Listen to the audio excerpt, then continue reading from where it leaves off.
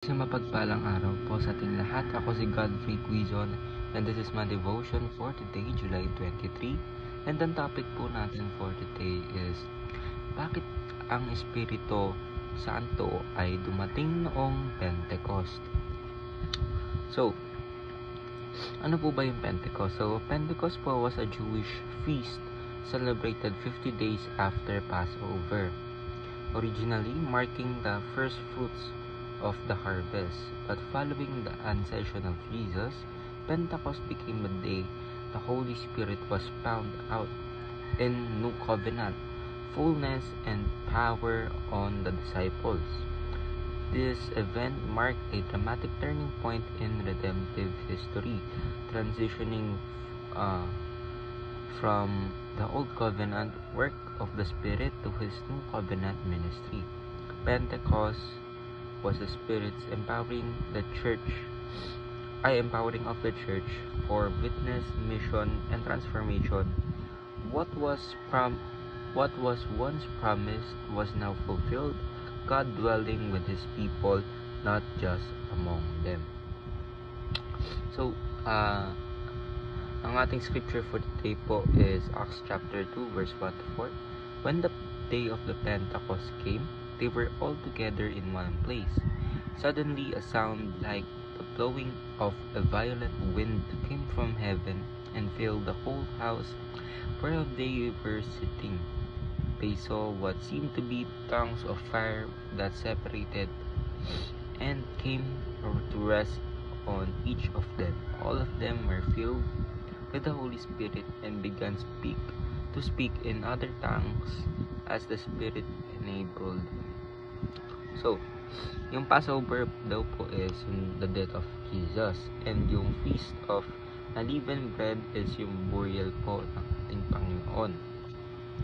And then yung Feast of First Fruits po is yung resurrection po ng ating Panginoon sa Kristo, and yung Pentecost po is the giving of the Spirit. So yung Pentecost daw po nangyari yung 50 days after po ng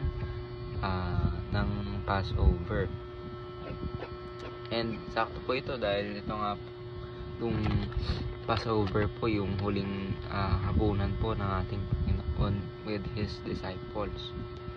So, ang ating teaching po naman for today is why Pentecost? So, first fruits, ibig sabihin, a harvest of the nations.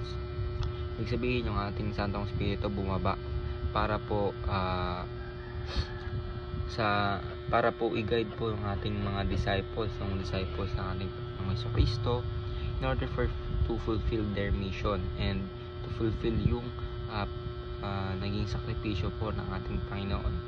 Kasi our Lord and Savior Jesus Christ is our mediator, and umakyat siya sa langit, then pinababa ng ating Panginoon yung ating Espiritu Santo to guide us, na nag-mediate ang ating Panginoong Jesucristo sa ating Panginoon sa langit, at ang Santong Espiritu ginagawa yan po tayo dito sa lupa.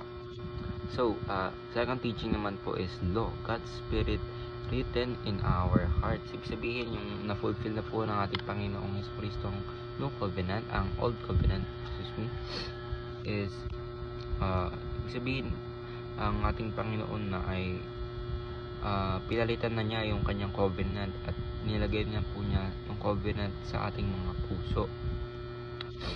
So, third teaching naman po is temple. The church is God's dwelling place. Sabihin, ito po, ating Panginoon, tayo po ang dwelling place ng ating Panginoon, at tayo po mga Kristiyano, dapat tayo yung nagpapalagana po ng gospel and continue to praise our Lord and to serve Him more. So, ayun lang po, ako si Godfrey Quizon and this is my devotion for today, July 23. Sana po ay marami kayong natutunan. Ayun lang po, ayun lang.